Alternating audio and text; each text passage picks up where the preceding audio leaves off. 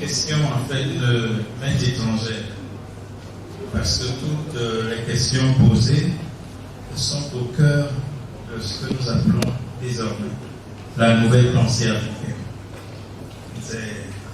Madame parlait de fondement, il y a derrière les fondements, les fondations, et tous les délinéaments des fondements et des fondations nous portent vers la prise en compte de toutes ces préoccupations qui viennent d'être évoquées par les 3 dernières interventions.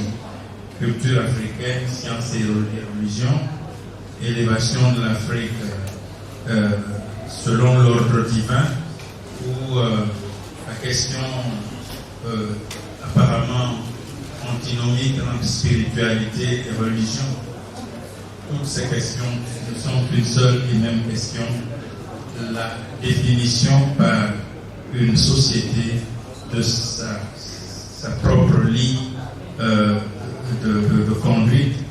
Et quand nous parlons de conduite, nous parlons de la conduite de son destin en tant qu'entité, en tant que communauté et en tant qu'être au monde. Et c'est parce que justement les Africains ont été dépouillés de leur capacité d'assurer la continuité de leur être au monde tel que défini dès les origines, dès le monde initial, évoqué Bob Basson, qu'elle s'est retrouvée prise au piège de ce que le professeur Jean-Emmanuel Tony a si avantageusement décrit, avec des exemples précis.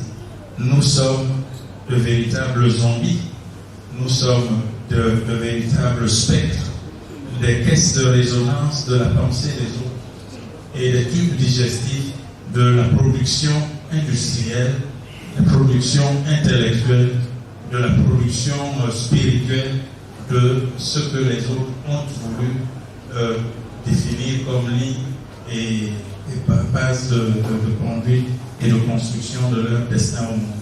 Et à partir de cette prison, de cette concaténation, eh bien évidemment, qui est scellée spécifiquement à Berlin, n'est-ce pas? Nous sommes victimes d'une escroquerie et Jules Ferry a fait le reste. Pour nous qui sommes francophones, l'école de l'Afrique plutôt que l'école africaine.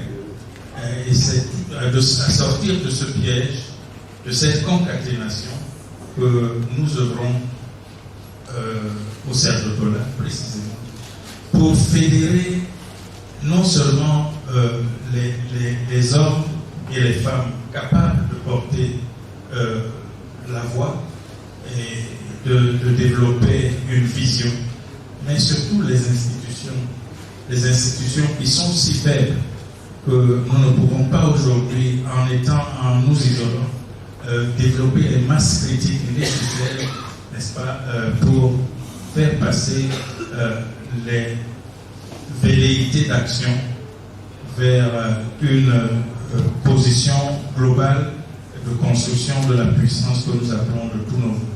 Il faut sortir de cela, il faut décomplexer l'homme, de lui enlever ce qui a été implanté systématiquement dans sa conscience, dans sa conscience dans ses différentes définitions, n'est-ce pas, dans ses différentes déclinaisons, et lui rendre la capacité de rester debout et de regarder de nouveau vers les horizons que lui-même a définis et qui pourront donc chanter parce que les chaînes sont tombées.